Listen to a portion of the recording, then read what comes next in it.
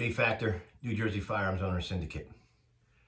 So we've been discussing for the last couple days now the Bruin response bill, which is temporarily the Bruin response law until January 5th, right? And so one of the biggest game changers with Bruin has been, in the past, we've always had to prove that the government didn't have a compelling government interest.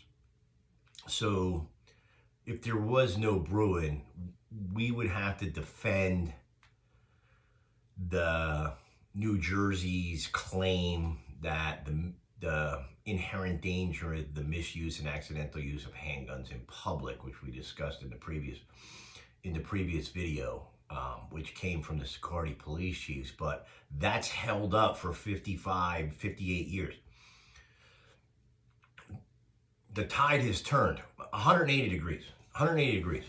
Now it's the government's job to prove that there was a law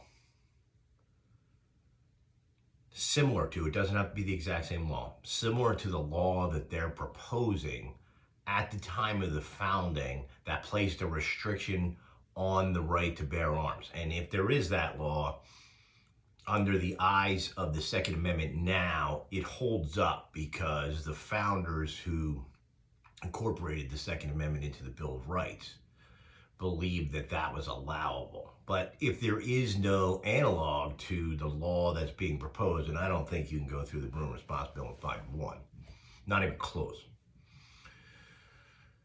But it's important because now we're not just talking about the law, right? Now history plays a super important part of these legal cases because the government is going to try to take these vague statutes, and they've really got nothing. And then they're going to try to pull these really vague court cases out of nowhere that mention some kind of restriction at some point or another. And it's really impossible for them to do, but these guys are true believers in the cause, and they're going to do it. And so it's important for us to go back to where this thing starts. And so we can say whatever we want about the tax on tea. That's not why the revolution started. You could buy black market Dutch tea and pay less than the English tea. So people weren't that up in arms about the tea or the tax on tea. What they were angry about was they didn't think the government had the right to tax us at all. So it's really the Stamp Act that starts this whole thing. The Stamp Act coming out of the Townsend Act. And that's super important to understand because what the Stamp Act did was put a wax seal on government documents and licenses. And that wax seal on the government document or license meant that it was a government approved document, license, mortgage, deed, graduation from law school, court case, that sort of thing, marriage certificate. All of those things now had to have this stamp, which you had to pay money for, which is really, really interesting for us as Second Amendment guys from New Jersey going into this TRO hearing on January 5th, because the license, the 2C58-4 license, really is kind of the same thing as the Stamp Act, right? Like, so you could get a license, but here the government's saying, well, you can't have a license to carry it in a church, or you can't have a license to carry it in a restaurant, or you can't have a license to carry it in a bar because we didn't put our stamp on that. You know, you got to kind of look at it in a negative. It's more of like a reverse stamping, but you get the idea, okay? And so what happens because of the Stamp Act is that they're having trouble enforcing it. And so they start to bring in redcoats. Now, it's very, very critical to understand who these redcoats are that are being brought in to, specifically Massachusetts, and let's center that in Boston for a minute, because they're not acting as troops, right? So these guys aren't here to fight the French. These guys aren't fighting the Indians. They're not fighting the Spanish. They're here as tax collectors or police, for lack of a better word, because there really was no such thing as police back in the day. They're acting as security for the stamp collectors, because the stamp collectors were being abused. And so they bring these guys in to make sure that the stamp collectors are actually getting into buildings, collecting the revenue. They're not getting beat up. They're not getting heckled, jeered, things thrown at them in the streets. And then they start to give the revenue agents, who are going to go into the docks and check what came in and what's going out. You had to pay tax on that. And they're going to start protecting those guys, okay? And so people are angry because these redcoats, or police, or whatever you want to call them, 1774 or 1771 IRS agents, there's a lot of different things you can compare them to.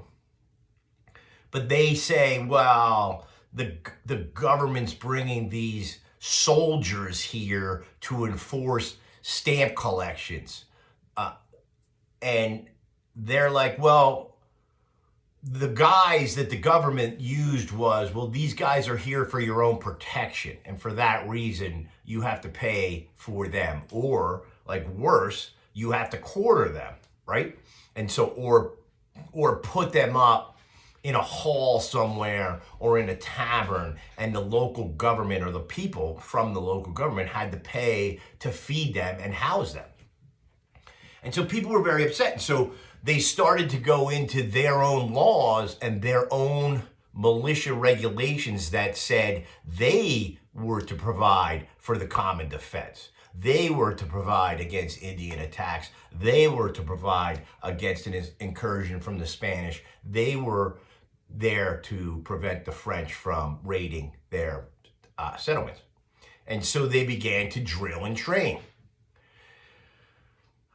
The king gets super, super mad that we would have the bravado to actually take our muskets and go learn how to march to a drummer and learn how to line up in formation and do target practice and those sorts of things. And so the king comes out with a new rule, and it's really a law. And so his Secretary of State, Lord Dartmouth, writes a circular letter. And so anybody who is a PB&J circular letter writer knows the power of this circular letter, because every person on the list gets it. So the list is all 13 governors in the colonies get this same letter, okay? And I'm going to read it for you because I don't know it by heart, and I think it's very important that you hear the exact words of this circular letter. Now, I just want to stop here for a minute. We did a piece on this, Gun for Hire 447 and Gun for Hire 448. We've discussed the circular letter before and its ramifications. So if you're interested in this, go back and listen to 447 and go back to listen to 448, because it's very illuminating. We were discussing something different there, but it's very illuminating how this plays into the Bruin response bill. So I'm going to read this for you. So this is written October 19th, 1774. Now, it doesn't hit the colonies. Remember, it's got to come over on a ship. It doesn't hit the colonies until early December. But here it is as it's written on October 19th, 1774. I just want to point out one other thing. As you're listening to this, I want you to think about how many years of history you took, and let's say from the time you can remember, the fourth grade, right? 4th, 5th, 6th, 7th, 8th, 9th, and then your three last years in high school, 10th, 11th, 12th. And then if you took some history in college, I just want you guys to understand or notice if you've ever heard this before in a school, because it's super, super interesting that I was not a great student, but I was very good in history, and I was in honors history. And when I came across this for the first time, I couldn't believe I had never heard it before. So I came across this, I don't know, 10 years ago. I'm in my 40s when the first time I see it. So all those years in college and high school, I never saw it. But I'm going to read this for you, and I'll read it slow so we can grasp it. Sir, His Majesty having thought fit by his order and council this day to prohibit the exportation from Great Britain of gunpowder or any sort of arms or ammunition, I herewith enclose to you a copy of the order, and it is His Majesty's command that you do take the most effectual measures for arresting, detaining, and securing any gunpowder or any sort of arms or ammunition which may be attempted to be imported into the province under your government, unless the master of the ship having such military stores on board shall produce a license from His Majesty or the Privy Council for the exportation of the same from some of the ports of this kingdom. Now, let's put that into simple English. If you wanted to buy, and you remember, you're not allowed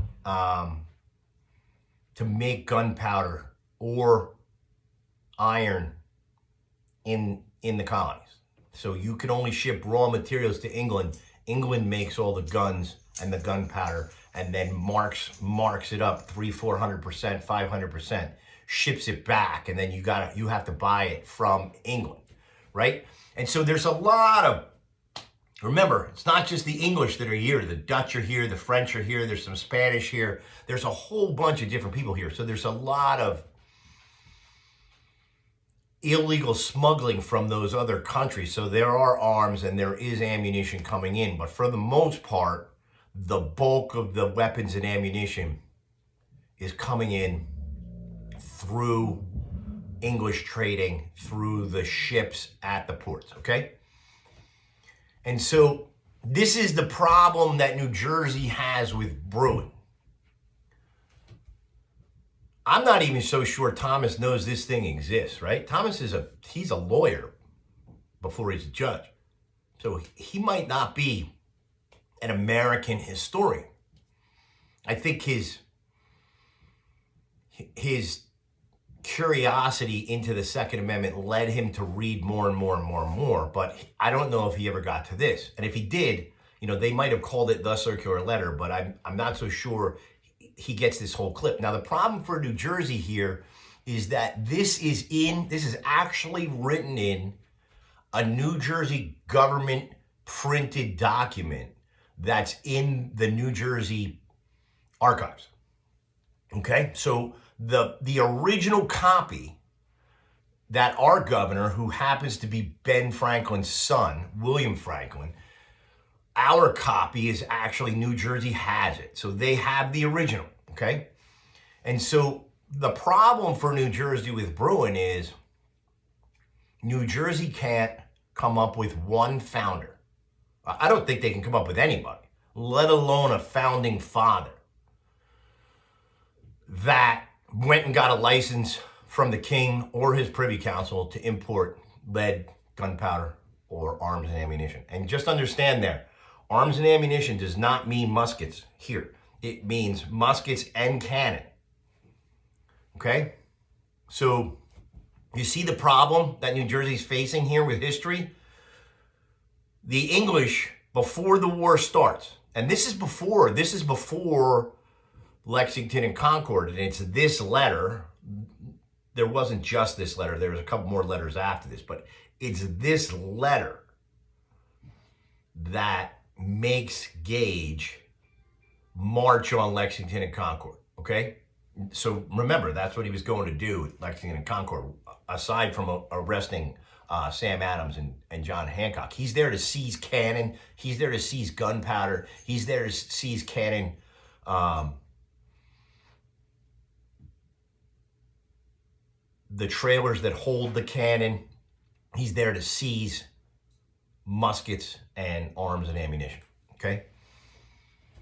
And that's because of this letter. And so what you got to understand is the governors, remember the governors they're not duly elected by the people. These are appointees from the king. These guys have read this circular letter, and it's not any future purchases, it's anything that people owned.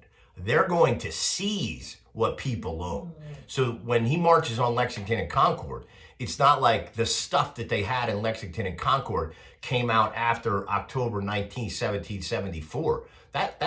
Those weapons were already here. There's actually 2 brass cannon they were going after. Those were already here. And so another problem for New Jersey is that Governor William Franklin, Royal Governor William Franklin, I should say, he actually answers the letter. And so I'm going to read that one to you too, because it's important. So this is, remember, the letter's got to get, fucking batteries. The letter's got to get from England to the United States. He's got to write it, and then it's got to get back to England. But this one's dated February 18th. And Franklin answers Dartmouth saying that nothing shall be wanted on Franklin seizing all of the weapons without a license. So here's what the letter says exactly.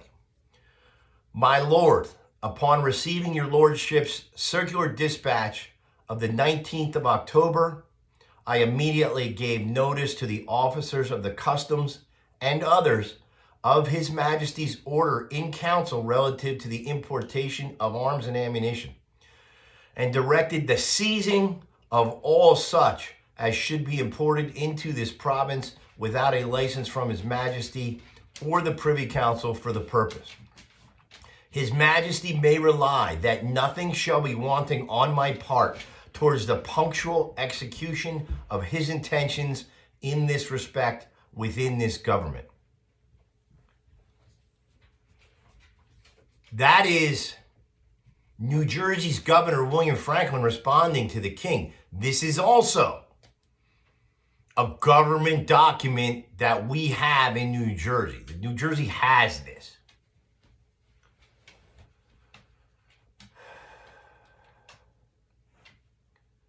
So it's William Franklin is now going to seize the weapons.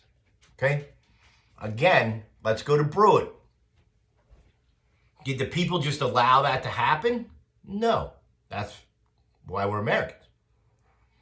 That's a problem for New Jersey. But let's go back to the circular letter, right? Aside from the other 12 colonies, let's just focus on New Jersey because we're talking about this Bruin response bill right now. New Jersey's, the archives, I have them.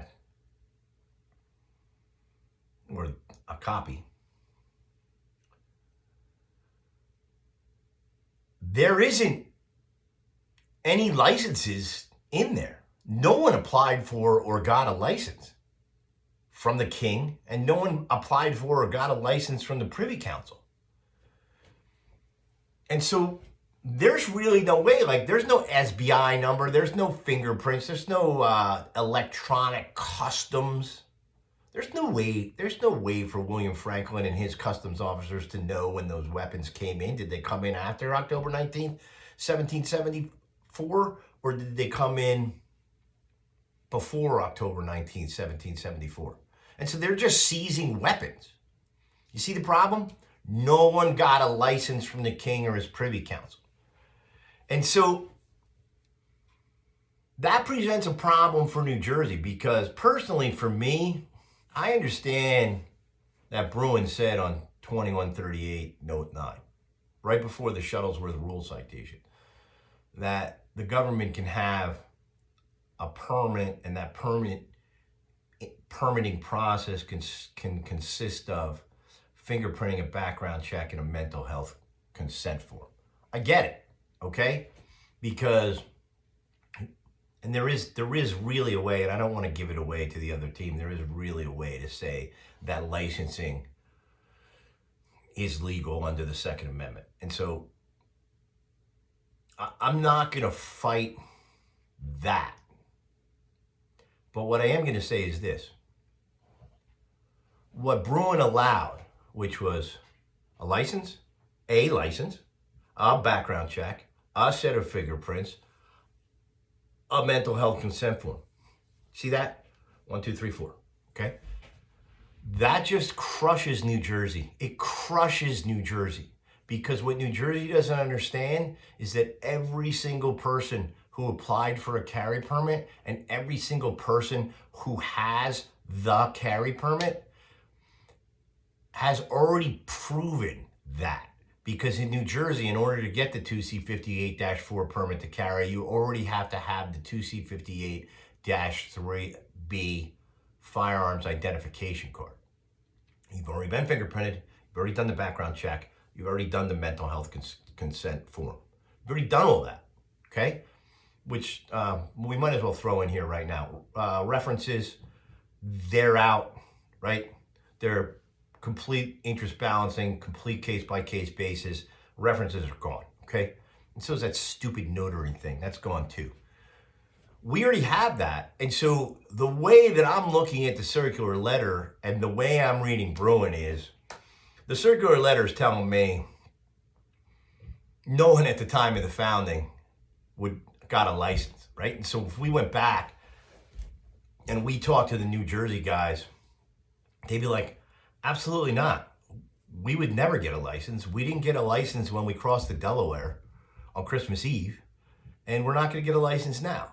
And that's what the founding generation would have believed. Now, again, like I said, there is a way to register. There is a way to register, which we don't want to give away, so I'm not going to talk about it. There is a way to do it. So let's just assume that licensing is legal. Fine. But they can have one. They can have one, no fees. They can't charge for a constitutional right. That's another case. We don't need to get into it. They can't charge for a constitutional right. There's no fees. It comes out of the general treasury. If they want to separate the fit elements of society from the unfit elements of society, and this is actually written in Bruin's note number 9. They don't call them the fit elements of society versus the unfit elements of society. I think they cite Heller, and they use that law to make sure that the applicant is a law-abiding citizen. I think they use that law-abiding. I think it's a law-abiding. Read note number 9. It's in there. That is synonymous with Burton's fit elements of society versus the unfit elements of society, right? But Bruin doesn't allow them to keep charging us $23 for that electronic SBI 212A form, right? Heller said arms are anything a man takes in his hands for his defense.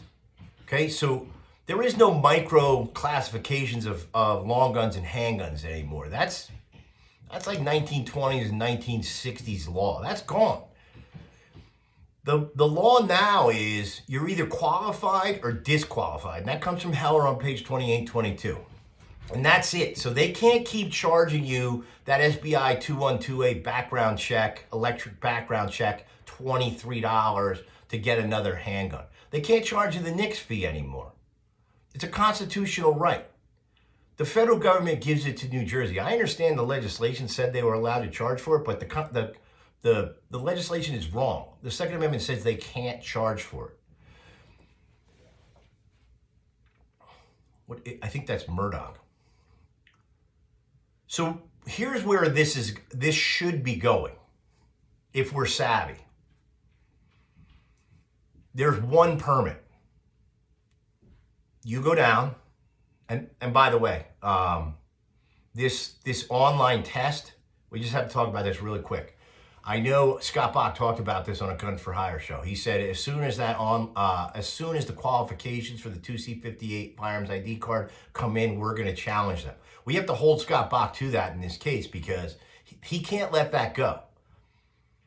Because what happens is, It's really easy right now to get on FARS and answer that electronic questionnaire. Anyone can do it.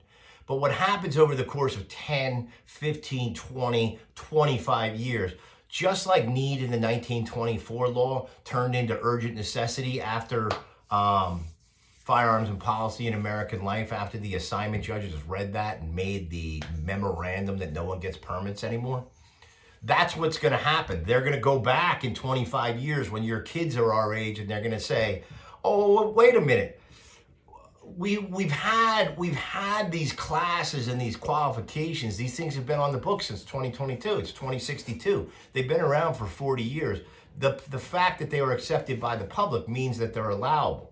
And this is the problem with giving anything to the government, because who's to say in 20 years that they're not going to make it a 16-hour class, and then you have to fire 300 rounds and hit the target, and then you got to sit there with an instructor and you have to pay for it and load and unload and clean and disassemble.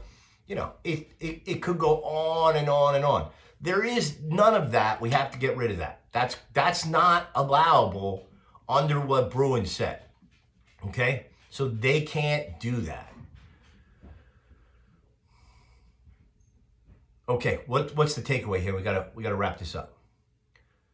You guys need to understand that this October 1774 circular letter banning weapons, ammunition without a license from the king exists. Okay? And we're going to do more consecutive pieces on this tomorrow. I'm not going to do them today. I got something else I have to do related to this today. But this thing's going to take off in so many directions. If you listen to the Gun for Hire 447 and 448, we talked about John Langdon in there. John Langdon's super important in there because he's on the committee of 11. There was another guy named Charles Coatworth Pinckney, who was a young dude at the time, like 25 years old. He's super important into figuring this out. Then we're going to talk about the Green Mountain Boys. They're really important to figuring this out. And then one of the best ones that we have is going to be St. George Tucker. And go back before you're done today. Get on your computer, pull up the Heller case, and just type in there, Tucker.